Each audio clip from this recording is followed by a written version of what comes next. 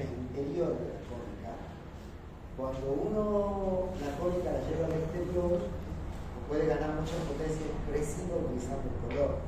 En este caso es de la mano de un colega que está intentando reproducir la Congreso Primera 4, que todos son ejemplos que ustedes conozcan. Entonces, dibuja en su libreta de una forma apresurada lo que es esa calle Congreso Segunda 4, en realidad, y de fondo se ve la cúpula de la catedral. De una forma rápida, apresurada, donde sigue las leyes de la perspectiva cónica, pero no se ve tan claramente en el dibujo porque una persona ya experimentada, entonces más o menos intuye por dónde van las líneas. Es decir, que arranca la historia diciendo, bueno, esto se puede hacer, y se puede hacer con cierta facilidad, y agregar un poco de sombra y color para que ese dibujo se lea con más claridad. Esta es la más sencilla de todas. Hasta por IA se puede hacer esta hora, pero el principio es plantarse delante de una fachada y sin utilizar perspectiva, reproducir la plana dándole un toque de color. Entonces, fíjense que al ser la casa histórica, pues enfatizan el celeste y el azulado, ese que tiene unas puertas y una bandera, pero la teja, por ejemplo, que es un color anaranjado en general, lo representa en el dibujo como un garabato, pero aparte ni siquiera imita una teja. El tipo lo que hace es un enrulado ahí medio improlijo a fin de lograr un ensombrecimiento de esa techumbre, y Jode sí practica mucho y las enfatiza las sombras. No es la misma la sombra de la puerta en esa fotografía, o la sombra de la ventana, que la que hace el dibujante, que la hace más gruesa, la pronuncia más, se dan cuenta, porque la sombra se convierte en un elemento que nos ayuda a entender la profundidad de los objetos. Entonces, cuando el lunes nos pongamos a hacer croquis exteriores aquí en la vereda del colegio, si el director nos da permiso, me gustaría que salgamos y veamos alguna de las perspectivas que tenemos acá afuera. La idea es que ustedes intenten hacer una perspectiva cónica con 2 o 3 puntos de fuga y después le hagan un, ¿cómo se dice?, un tuneo artístico agregándole sombra y color. ¿De acuerdo? Para eso tiene que ser sutil, no es todo el color del mundo. No, mano, pues tablero. ¿Puedo medir la rodilla? Sí, puedo medir la rodilla. Ahora que lo vamos a hacer en 4. Sí, debe medir 40 centímetros por 17, 19.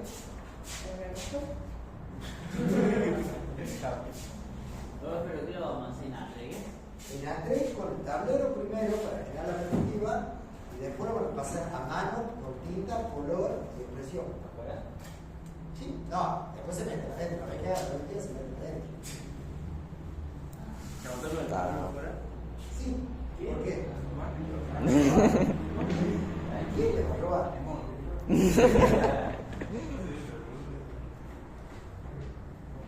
Este es un poquito más complejo porque es una perspectiva que tiene 3 puntitos de fuga, o intenta tenerlos. Ya vamos a ver la diapositiva más adelante. Para arriba. Hay un punto de fuga que hace que estas líneas se dirijan hacia arriba a algún punto que está allá. El otro sigue esta y el otro sigue esta. Pero además la técnica del color es acuarela. Y dominar la acuarela es bastante difícil.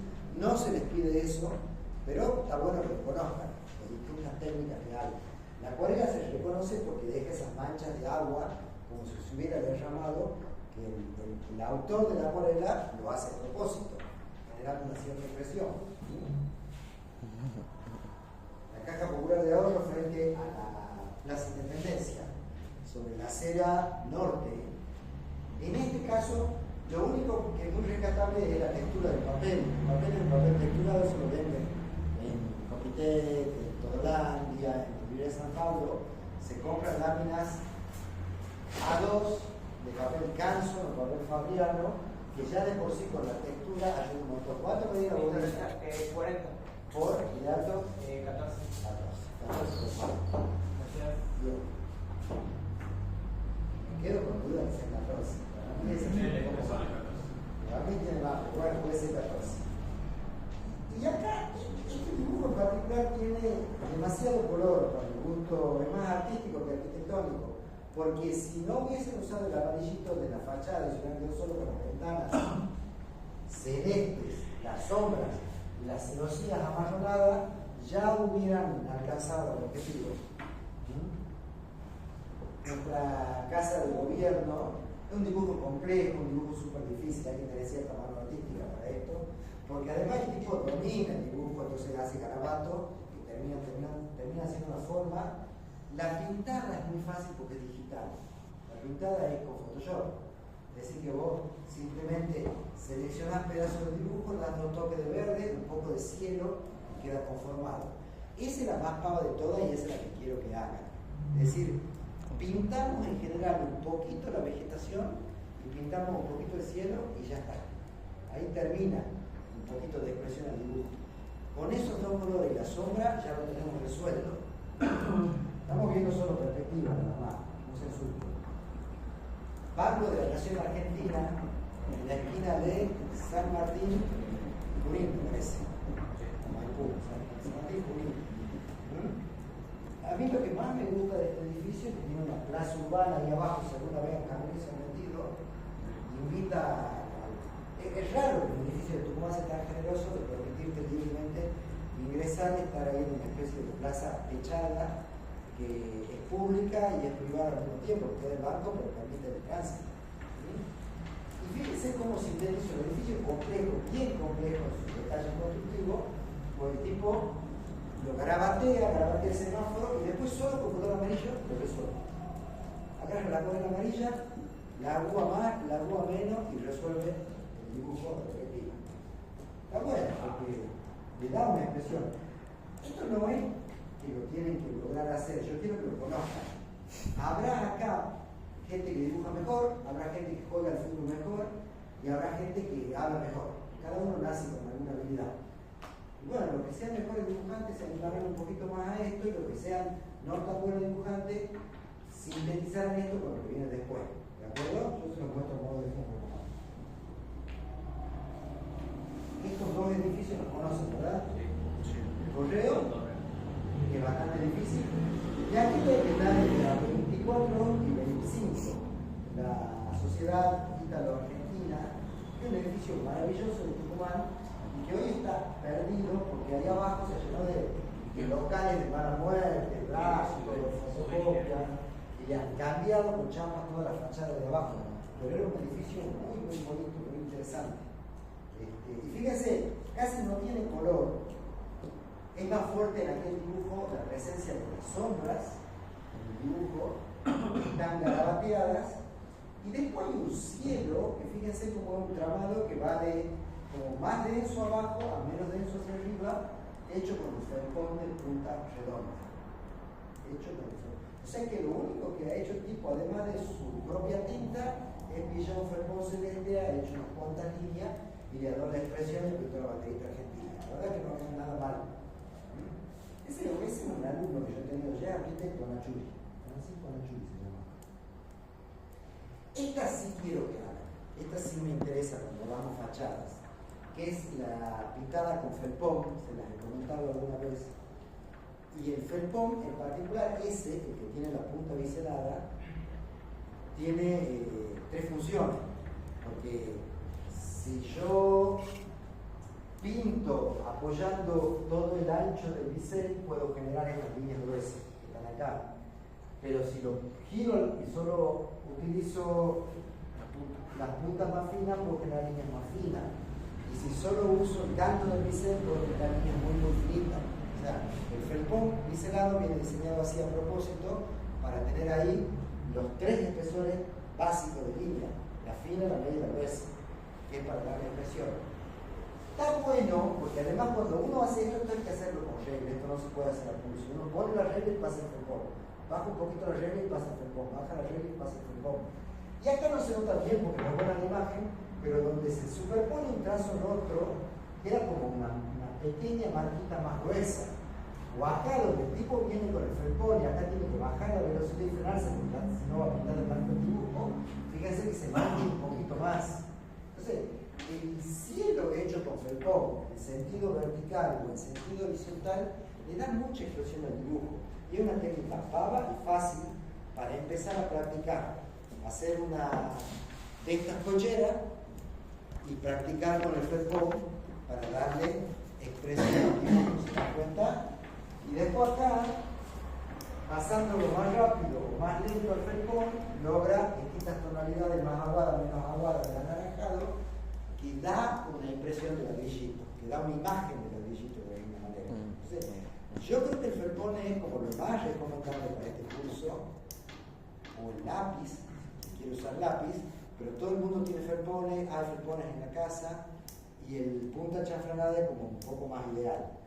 Hay que practicar, no va a salir a la primera, pero hagan un par de líneas en papel en blanco, prueben y recién hagan el cielo de su trabajo, hagan prácticas.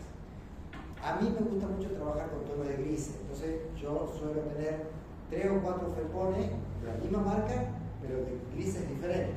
El gris más oscuro, el gris más claro, y en mi dibujo los combino, los grises. Me gusta como que ¿verdad? Este es muchísimo más complejo. El felpón de punta redonda lo que tiene es que puede ser utilizado asemejándose a la acuarela, es decir, yo con el felpón de punta redonda tengo un trazo uniforme, entonces si me quedo más tiempo garabateando en el mismo punto, se mancha más y me da más opacidad, y si paso más rápido por otro lado, se mancha menos y me da más claridad. Entonces, si bien este es un trabajo súper artístico, porque hay que ser un artista para sacar la perspectiva de ese dibujo, luego es mucho más artístico inventar este óxido que anda por acá, esa chapa por ahí, el celeste, y trabajarlo. Ese término sería más organizado. ¿Cómo? Esto no sería ese término. Sí, tiende a lo artístico, tiende a lo caricaturesco, sí, de alguna manera. Sí. Por eso les digo, es más artístico, pero eso no quiere decir que si vos dijeses, a ver, yo voy a practicar, mostrarle a mis clientes su proyecto con este estilo, pues puede vender muy bien, ¿entendés? Porque no deja de ser una imagen a futuro de lo que ellos van a tener si me contratan. Por eso existen estas técnicas. Pero ese estilo lo puso un arquitecto. ¿Cómo? Ese estilo que mostró recién lo puso un arquitecto. Todos son dibujos de arquitecto, todos, y algunos de ingeniero. Por ejemplo, yo te podría decir que es un dibujo ingenieril, de alguna manera. Todo, ¿no? Pero es lo que está de moda hoy, curiosamente. Fíjate que uno va a un country y predomina la geometría cuadrada, rectangular, donde hoy se tiende a esconder el techo de las casas. O sea, los techos están escondidos porque las canaletas ya son internas, no externas como hemos hecho con la cochera. Pero es una moda, en algún momento pasará. Una consulta ahí, las líneas de la ventana van al punto de fuga también. Debería. Se puede haber deformado la imagen. Sí, las líneas de la ventana deberían ir al punto de fuga. A ver, lo que yo quería mostrar con esto es, esto ya lo saben hacer. Esto es una perspectiva cónica con 2 puntos de fuga. Está repava hacerla. Es cuestión de encontrar una casa bonita, sentarse, pasarse un par de horas dibujándola, encontrando la proporción, y lo que sigue es volver a casa y aplicarle o felpón o acuarela para darle color. Pero ese color tiene que ser sutil, no puede ser como cuando practicaban plástica en la primaria, que la profesora de plástica le decía, pintar toda la hoja, aquí no se trata de eso. Aquí es elegir 1 o 2 tonos. Comúnmente la vegetación ya es un tono en sí misma, acá hay como un amarillo y un verde, un poco de anaranjado ya. La vegetación casi siempre va a pintarla y después elegir algún aspecto de la casa y darle un tono, al ladrillo de vista o al paramento de hormigón de gris. ¿Está? En este caso, esta persona que debe tener práctica le da gris al hormigón, le da anaranjado al envolvente de esta y hasta le da un poco de azul a los cristales. Pero puede ser menos que eso, puede ser mucho menos. Yo con que utilicen 2 colores bien utilizados me doy por satisfecho. Una práctica que vamos a hacer. ¿Está? La sombra que vamos a practicar cuando hagamos alzado y corte es importantísimo. Miren la macana esa, pero ya lo hemos visto en sobre el techo cuando hemos hecho el colegio. ¿Se acuerdan del primer práctico? Hemos de la sombra y hemos podido percibir profundidades. Esta fachada no es la misma con la sombra, cambia un montón. También está corregido. Sí, sí. Pero fíjate cómo uno gana en la percepción de profundidad. O sea, de entrada uno ve eso y dice, ah, mirá, hay un plano de fachada que se retrasa, los balcones se adelantan. O sea, toda la fachada lleva sombra. Seguro que la fachada lleva sombra. A menos que estén haciendo algo que es absolutamente plano, que casi no hay cosas planas, siempre la sombra tiene que ser un movimiento que tiene que recordar. La tiene que utilizar que da expresión al dibujo. Ese mismo dibujo con un poquito de color y vegetación cambia un montón. Este es súper complejo. Esta es otra perspectiva con 3 puntos de fuga. Es re difícil hacerla.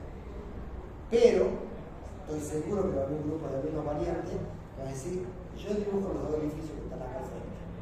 ¿No viste ese que tiene los balconcitos de colores? Seguro que algún par de alumnos va a decir, profe, póngalo en mis manos que yo lo resuelvo. Tiene todo un truco hacer esto. Tiene todo un truco hacer esto. La pintura es básica, es digital. La pintamos con Photoshop, hay un degradé de cielo, pero además un degradé circular, o sea, aquí está el punto más oscuro del celeste y se va aclarando radialmente hacia todos lados. Un poco el pelo de la chica con 2 colores, las ventanas y la escalerilla del otro edificio, y ya está. Lo complejo es generarlo, lo complejo es llegar hasta ahí y entender cómo se hacen estos dibujos. Entonces, para hacer estos dibujos, el primer paso de un dibujo perdido es hacer un boceto. O sea, ¿qué es lo que yo quiero ver? ¿Cuál es la idea de lo que quiero mostrar? Y bueno, aquí el tipo más o menos traza una primera línea diciendo, quiero mostrar la espalda de una persona que esté mirando 1, 2 o 3, porque no se reconocen cuántos edificios, y empieza a pensar que tiene una fuga para aquí, una fuga para aquí, una fuga para arriba. Incluso aquí aparece pájaro, y al final aparece por este lado, cambia.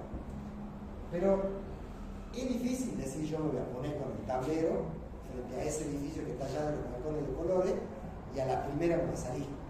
Yo primero tengo que tener una preconcepción más clara porque la perspectiva con 3 puntos de fuga es justamente la que busca mostrar cosas que son muy altas en perspectiva o cosas que son muy profundas. ¿Entiendes? Por eso es más compleja la 3 puntos de fuga. Y una vez que el tipo más o menos tiene idea de lo que quiere hacer, hace un encuadre. Un encuadre significa que esto va a ser lo que está dentro del dibujo, pero dibujo más hacia el exterior, a sabiendas que después lo voy a recordar, lo voy a recortar. O sea, el trabajo final va a ser más chico que el trabajo total. Y aquí sí, ya empieza a trazar los puntos de fuga que quedan por fuera del dibujo. ¿Se dan cuenta? Es parecido a lo que hemos hecho cuando hemos hecho las primeras perspectivas, que yo les decía, peguen la lámina del tablero y si el punto de fuga les queda acá, pues no importa, queda fuera de la lámina. Pero este es más complejo porque los 3 quedan afuera. Ayuda un montón tener un encuadre, porque permite saber qué es lo que voy a mostrar y sobre lo que voy a trabajar. Entonces, ya encuadrado, yo ya puedo empezar a trabajar dentro del cuadrito los detalles para poder llegar a terminar el dibujo. ¿Se dan cuenta? A ver, sí se puede hacer con cierta facilidad. Lleva su tiempo, pero no es el gran desafío como la otra que decía Nadalich, que dice es más tipo cómic, tipo viñeta. Esa sí es más artístico y más complejo. Esta a mí me parece que con un poquito de ganas sale. Bueno, las plantas se pueden pintar para dar la expresión, y en este caso solo está pintada la vegetación y la piletita, pero no está pintado el interior de la planta. De hecho, no está ni siquiera amoblada la planta, pero tan bien plantado esos muros, tan bien dibujado el muro, la escalera y todo, que uno podría llegar a entenderla perfectamente la planta porque hay un muy buen contraste entre lo exterior que es lo que está trabajado y lo interior que no está trabajado. Entonces, ya percibo yo que acá hay un salón con su chimenea, y acá hay un segundo salón con su chimenea, ¿verdad? Acá hay un hall, acá hay una escalera que lleva a la parte privada.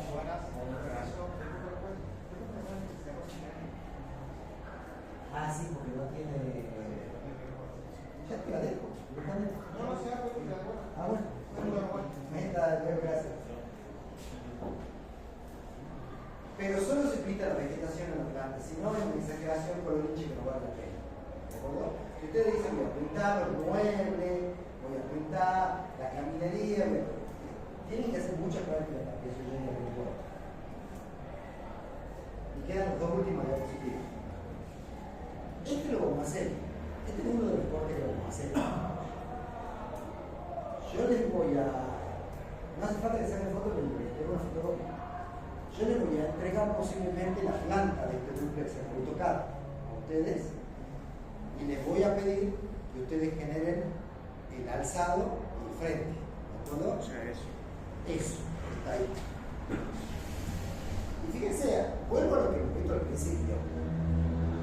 La línea de tierra es un elemento que tiene cierta potencia en el corte, que te indica que sobre esto está asentada nuestro proyecto de construcción. Fíjense que sale de la vivienda, llega a la vereda, baja, toma el perfil de la calle, se extiende, toma la vegetación. Las cotas aparecen centralizadas para que uno tenga ideas de la altura, y la cota esa tiene un tamañito como para que hoy en la presentación podamos leer que en la parte más baja del techo tiene 5,27.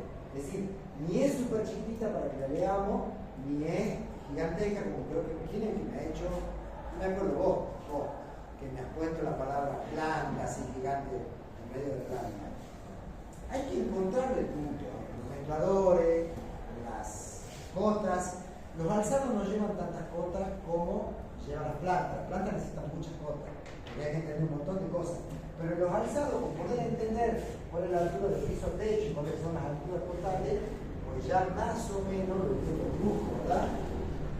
Cuando uno pinta el techo, entiende mejor qué es lo interior y qué es lo exterior. Se ve clarito que lo blanco es lo interior y lo que es celeste es lo exterior, y que el tanque que está atrás, anaranjado, está siendo visto a la distancia por el corte. O sea que el corte no está pasando por ese tanque, sino que está pasando antes. Y esas rayitas que tiene el tanque es la forma en la cual la expresión gráfica indica el ladrillo a ladrillo. Uno no se pone a dibujar ladrillito por ladrillito, uno hace unas cuantas rayitas y da a entender que eso es algo que está envolviendo el tanque que está ahí adentro, que está el ladrillo a ladrillo.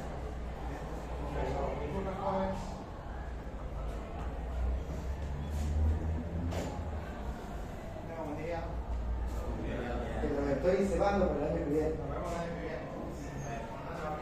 Sí, sí. Es muy buen profesor el chico. Es muy piola y aparte sabe mucho. Va a estar bueno con clase con él. ¿Entienden el giro de la puerta como está marcado? Sí. Creo que lo hemos conversado alguna vez. En donde termina el triángulo está el picaporte y donde están estos dos extremos está la bisagra. Por tanto, uno entiende que esta puerta rebate en este sentido.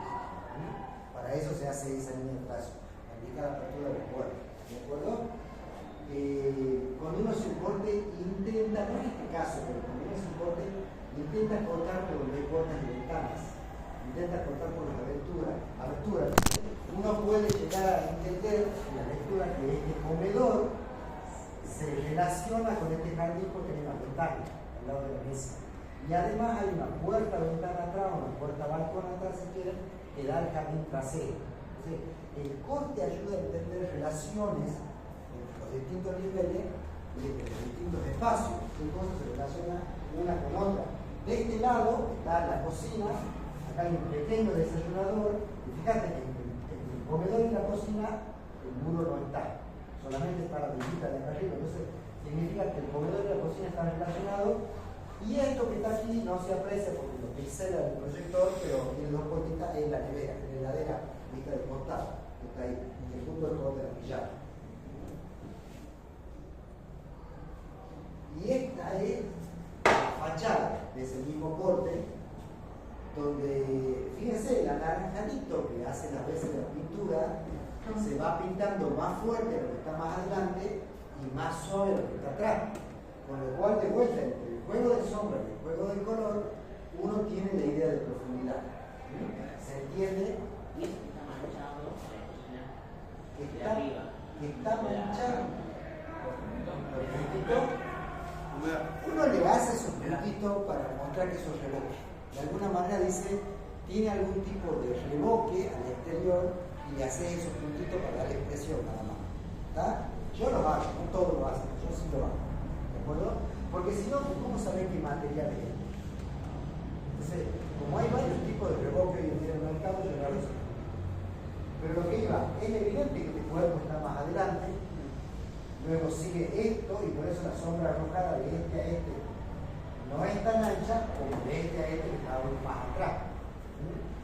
Y nada, un poco de color a los cristales, un poco de cielo, un poco de tono al verde del árbol, que es un árbol bastante rápido para crear plano de la municipalidad, no un árbol artístico, y más o menos lo tenemos resuelto. O sea, ustedes están viendo el frente de la vivienda que tiene esa sensación de bajo relieve de alguna forma.